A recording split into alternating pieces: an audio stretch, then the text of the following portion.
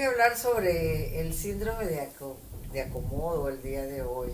Este síndrome nos permite entender por qué los niños y las niñas, las adolescentes abusadas sexualmente, tienen tantas dificultades para revelar el abuso sexual.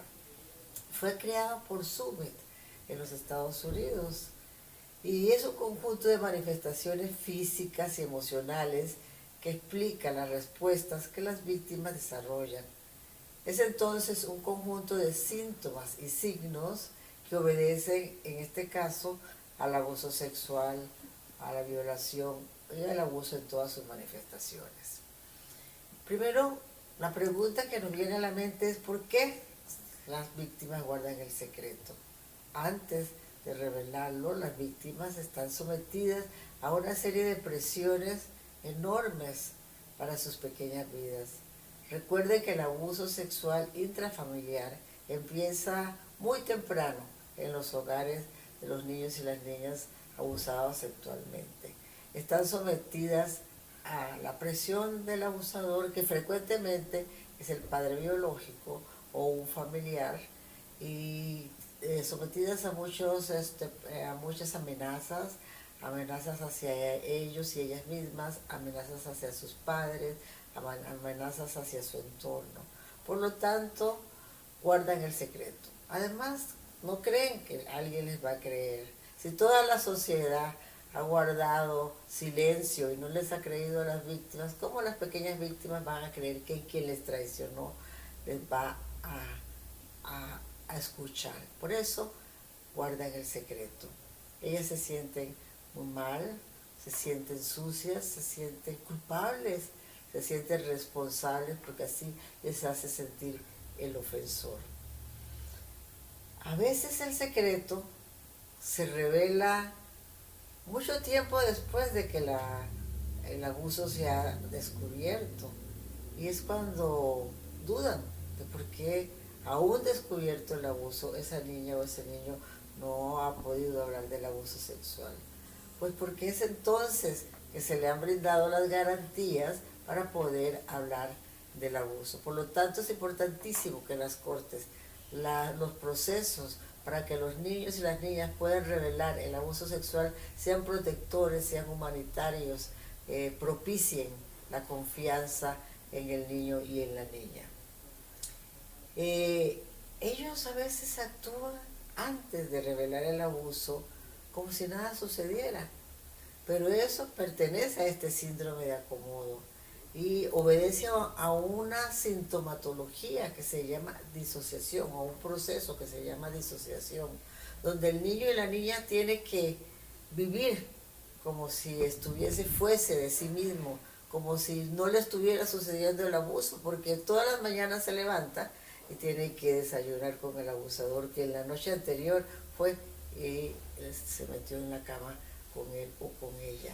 Entonces aprenden a sobrevivir, no es que les gusta, aprenden a sobrevivir el abuso en secreto y hablar y actuar como si no les sucediera nada. Es ahí donde no presentan síntomas. Hay otros que por supuesto presentan una gran sintomatología. El hecho de que no presenten síntomas no significa que no está haciendo un daño enorme en el niño o en la niña. Por todo lo contrario, el no hablar, el secreto se hace cada vez más grande.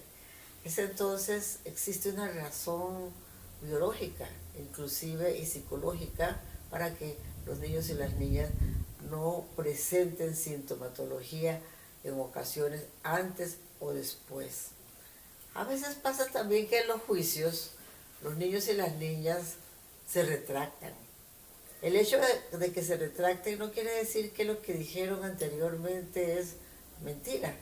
Es que cuando se derrumba el gran castillo del ofensor, el niño y la niña reciben más, pero más presión que antes. Y muchas veces sus madres también expresan enojo, se sienten atrapadas y atrapados, y por lo tanto sentados allí en la corte con preguntas que muchas veces no tienen que ver con su edad, que no entienden, con miedo, con muchas temor a las represalias, dicen que eso no fue. Pero el juez, la jueza, todas las personas que trabajan con los niños que han sido abusados sexualmente deben conocer estas circunstancias. También es muy importante que ellos revelan sin emociones. Que revelan sin emociones porque por el proceso de disociación han tenido que ocultar sus emociones por muchos años. Por lo tanto, pareciera que fuese como un relato de alguien que no le sucedió nada. Eso no significa que no sucedió, significa que se disociaron para poder sobrevivir a los años de tortura, porque en el abuso intrafamiliar a veces son 10, 12 años de tortura, de abuso, de todas las noches, todas las semanas, en silencio. Es por lo tanto que los niños han aprendido y las niñas han aprendido a no sentirlo, que no quiere decir que no sucedió. Por eso recomiendo a todas las personas que están interviniendo en los procesos judiciales que deben ponerse en el zapato de los niños y las niñas, es decir, ser empáticos para poder entender los procesos emocionales, los procesos biológicos, los procesos físicos que se dan como resultado a largo y a corto plazo en las niñas y en los niños que fueron abusados sexualmente. A largo plazo, muchas veces después, mucho después del abuso; a corto plazo, muchas veces durante y después del abuso sexual. Quisiera también hablarles un poquito más sobre el término disociación.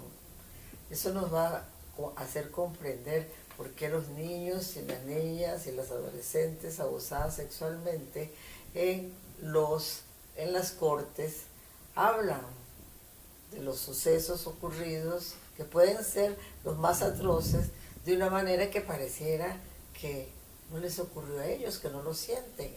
Esto les crea muchas dudas a los abogados y abogadas, se los voy a explicar. El término disociación se refiere a la exclusión de la conciencia y la poca capacidad de recordar voluntariamente los sucesos mentales del abuso sexual, únicos o cuando fueron en grupo, en una gran complejidad de factores. Las personas abusadas, traumatizadas por el abuso sexual, pueden volver a sus recuerdos, sus sensaciones, sus sentimientos y sus actitudes. Es entendida como un proceso que afecta el recuerdo de la información de diferentes elementos psíquicos. El término no se remite entonces solamente a la información emocional disociada del recuerdo del suceso al que se hace referencia. Es un mecanismo más complejo y extendido que la simple idea de extraer la cualidad emocional perturbadora en los procesos de evocación de los niños. Es una fuerza, pero también una vulnerabilidad. Muestra la vulnerabilidad al trauma y la expresión del daño sobre el niño y la niña, así como su fortaleza para poder vivir siendo víctima de abuso sexual. La disociación expresa solo la condición de víctima, no solo la condición de víctima, sino la capacidad de sobrevivencia a la situación traumática. La disociación puede borrar el contexto temporal, espacial, o sea, el niño y la niña no recordar cuándo sucedió. Por eso cuando les preguntamos les tenemos que decir cerca de la Navidad, cerca de tu cumpleaños, porque esto está separado, la fecha de los recuerdos.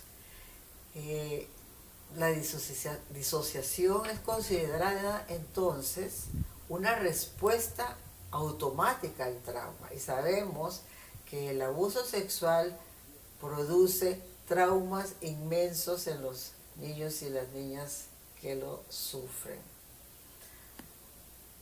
aunque para instalarse como modo de funcionamiento estable requiere una situación que lo dispare y consolide, además tenemos que considerar las diferencias individuales de los niños. Pero en los niños y las niñas y adolescentes y adultas que yo he visto, en un 80% tienen procesos disociativos. También cuando aparece la disociación en el momento del evento traumático, es más fácil que el desorden de estrés postraumático aparezca, que también tiene su sintomatología que tiene que ver con el recuerdo, con el dolor, con las reacciones, con el silencio. Por lo tanto, en muchos niños abusados sexualmente, adolescentes, niñas, vamos a tener también el desorden de estrés postraumático con toda su sintomatología. De tal forma que ustedes están viendo que no es nada fácil comprender a los ojos de alguien que no está experta en este tipo de asuntos la variedad y complejidad de la sintomatología que se ha convertido en mito en muchos países, creyendo que o los niños mienten o los niños porque no pueden tener un